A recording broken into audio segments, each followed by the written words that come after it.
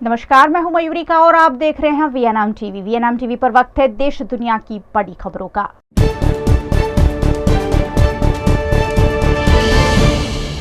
संसद के मानसून सत्र का आज 8 अगस्त को 14वां दिन है। मणिपुर हिंसा को लेकर केंद्र की मोदी सरकार के खिलाफ लाए गए अविश्वास प्रस्ताव पर आज दोपहर 12 बजे से लोकसभा में चर्चा हो रही है।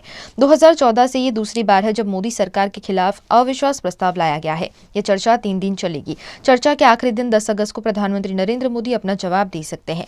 पीएम मणिपुर हिंसा के साथ साथ अन्य मुद्दों पर भी अपनी बात रख सकते हैं।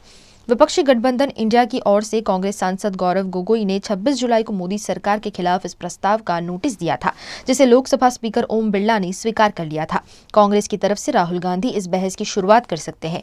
मोदी सरनेम वाले मानहानि केस में सुप्रीम कोर्ट से राहत मिलने के बाद उनकी लोकसभा सदस्यता बहाल हो गई है। सांसद मिलने के 137 दिन बाद राहुल गांधी संसद पहुंचे।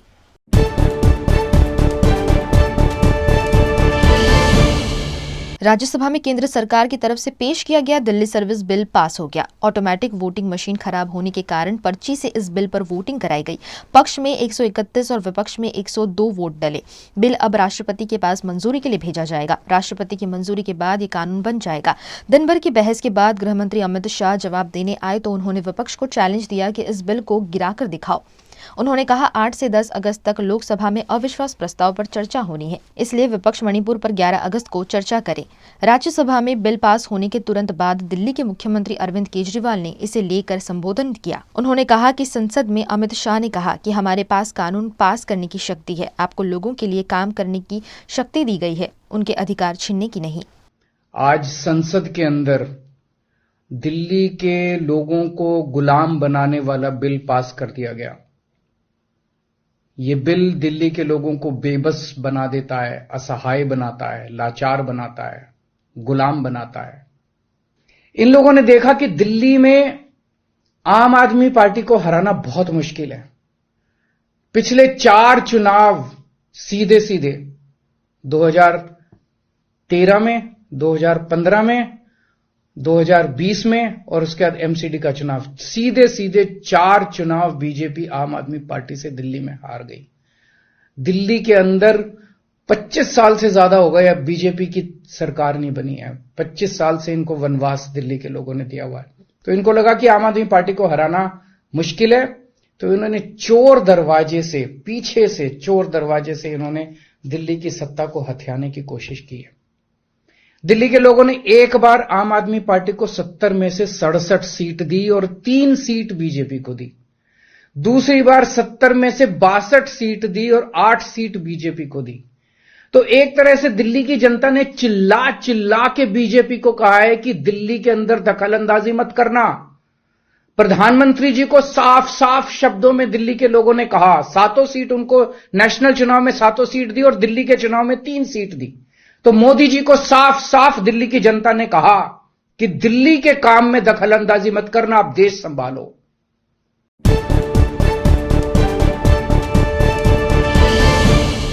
भारत और वेस्टइंडीज के बीच तीसरा टी20 मुकाबला गुआना के प्रोविडेंस स्टेडियम में खेला जाएगा। मैच का टॉस शाम 7:30 बजे होगा और मुकाबला रात 8 बजे से खेला जाएगा। विंडीज की टीम 5 टी20 मैचों की सीरीज में 2-0 की बढ़त पर है। भारत को ये सीरीज बचाने के लिए यह मैच किसी भी हालत में जीतना होगा। अगर भारत हारता है तो वो वेस्टइंडीज के खिलाफ 3 या उससे ज्यादा मैच की सीरीज पहली बार हारेगा।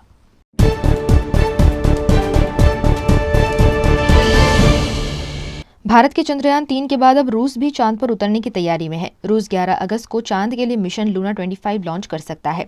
रूस इससे पहले 1976 में चांद पर मिशन लूना 24 उतार चुका है। भारत ने 14 जुलाई को चंद्रयान 3 लॉन्च किया है। यह 23 अगस्त को चांद पर लैंड करेगा। वहीं रूस का लूना 25 इससे पहले चांद पर उतर सकता है। रूस की योजना यान को चंद्रमा के साउथ पोल पर उतारने की है। चांद के इस पोल पर पानी मिलने की संभावना है। रूस वोस्तोचन कॉस्मोड्रोम से लूना 25 को लॉन्च करेगा। ये जगह मॉस्को से करीब 5550 किलोमीटर पूर्व में स्थित है। रूस की अंतरिक्ष एजेंसी रोस्कोस्मोस की तरफ से भी इसकी पुष्टि की गई है। एजेंसी ने कहा कि लूना 25 5 दिन में चांद तक पहुंच जाएगा। इसके बाद वो 5 से 7 दिन चांद की ऑर्बिट में रहेगा। इसके बाद चांद पर उतरेगा, यानी इसका चांद पर उतरने का समय करीब करीब वही रहेगा या कुछ घंटे पहले का रहेगा जब हमारा चंद्रयान 3 चांद की धरती पर उतरेगा।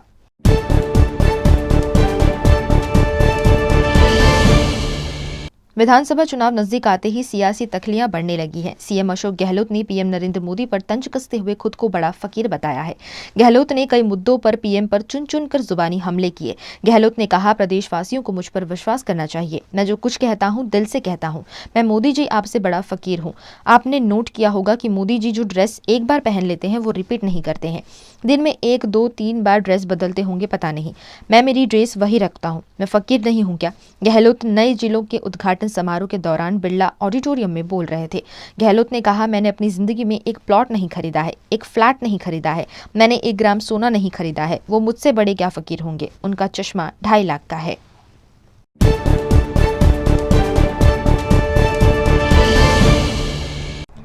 અનેક વર્ષોથી સરકારશ્રી તરફથી અવર્ગ ધરાવતી નામાંકિત Baroda citizen community cooperative credit society સર્વને શાહુકારો તથા પ્રાઇવેટ ફાઇનાન્સરોના આકરા વ્યાજમાંથી મુક્તિ અપાવે છે।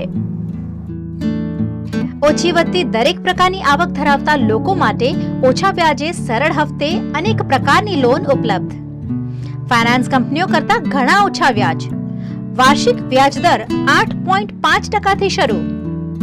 अनुकूलता मुजबना ईएमआई। लोन माटे सिबिलनी पण जरूर नथी। पेनल्टी वगर लोननी वहेली चुकवणी शक्य। बचत खाता पर पण आकर्षक व्याज मेळवो। तुरंत संपर्क करो Baroda citizen community cooperative credit society limited, 203B Ivory terrace, circuit house ની સામે અલકાપુરી, વડોદરા। WhatsApp number 9327109414।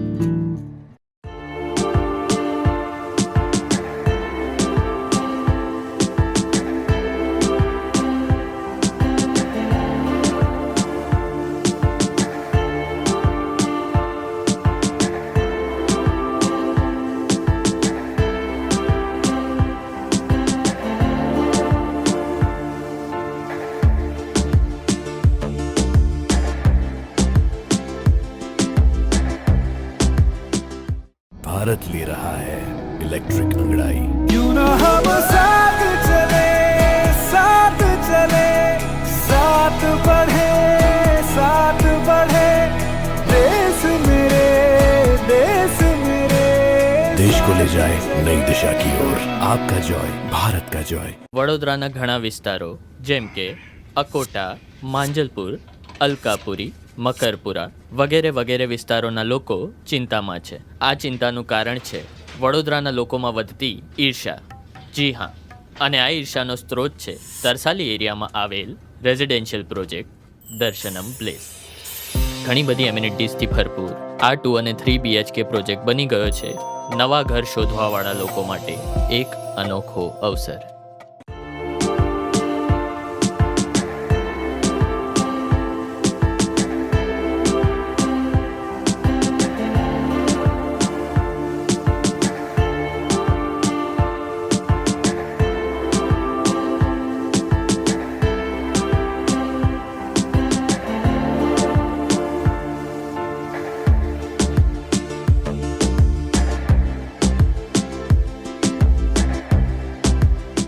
भारत ले रहा है इलेक्ट्रिक अंगड़ाई। क्यों ना हम साथ चले, साथ चले, साथ बढ़े, साथ बढ़े। देश मेरे, देश मेरे। देश को ले जाए नई दिशा की ओर। आपका जॉय, भारत का जॉय।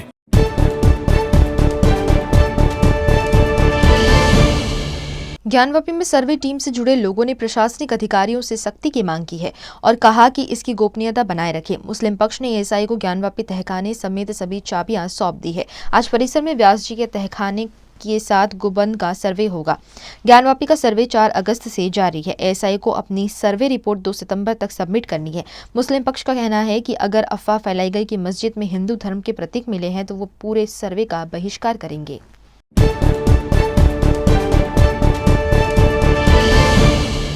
कांग्रेस के सीनियर लीडर आचार्य प्रमोद कृष्णम ने कहा, भाजपा के स्टार प्रचारक की आरती उतारना कांग्रेस के वरिष्ठ नेताओं को शोभा नहीं देता। दरअसल छिंदवाड़ा में पंडित धीरेन्द्र शास्त्री 5 से 7 अगस्त तक रामकथा कर रहे थे। कथा के मुख्य यजमान कमलनाथ के बेटे और छिंदवाड़ा से सांसद नकुलनाथ थे। कथा के शुभारंभ के दिन कमलनाथ ने धीरेन्द्र कृष्ण शास्त्री की आरती की थी। प्रमोद कृष्णम के बयान के जवाब में कमलनाथ ने कहा कि कोई कुछ कहे, मैं नहीं जानता क्यों किसी के पेट में दर्द हो रहा है। वहीं बीजेपी ने आरोप लगाया है कि चुनाव आते ही कांग्रेसियों को भगवान, मठ मंदिर समेत हिंदू और सनातन धर्म की याद आती है।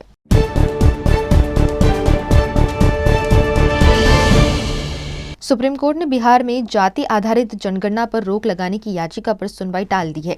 ये अर्जी जनगणना जारी रखने के पटना हाईकोर्ट के फैसले के खिलाफ दाखिल की गई थी। अब 14 अगस्त को सुप्रीम कोर्ट में मामले की सुनवाई होगी। लाइव लॉ के मुताबिक सुप्रीम कोर्ट ने कहा कि जनगणना का 80% काम पूरा हो चुका है, 90% पूरा हो जाएगा, क्या फर्क पड़ता है। बिहार में 7 जनवरी से शुरू हुई जातिगत जनगणना के दूसरे फेज का काम तकरीबन 80% पूरा हो चुका था। तभी मामला कोर्ट पहुंचा और इस पर रोक लग गई। देश में सबसे पहले जातीय जनगणना 1931 में हुई थी। 1941 में भी इसका डेटा इकट्ठा हुआ, लेकिन इसे सार्वजनिक नहीं किया गया। 2011 में जातीय और सामाजिक आर्थिक गणना हुई, लेकिन ये आंकड़े भी जारी नहीं किए गए।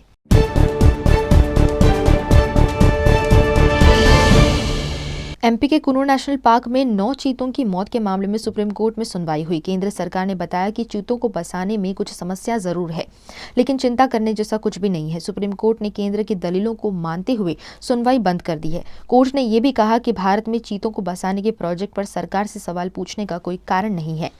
देश में 70 साल बाद सितंबर 2022 में चीतों की वापसी हुई। साउथ अफ्रीका और नामीबिया से कुल 20 चीते भारत लाए गए। एक मादा चीता ने 4 शावकों को जन्म दिया था। ऐसे में उनकी संख्या बढ़कर 24 हो गई, जिनमें से अब केवल 15 चीते ही बचे हैं। इससे पहले की सुनवाई में सुप्रीम कोर्ट ने चीतों की मौत पर नाराजगी जाहिर की थी और उन्हें दूसरी जगह शिफ्ट करने को कहा था।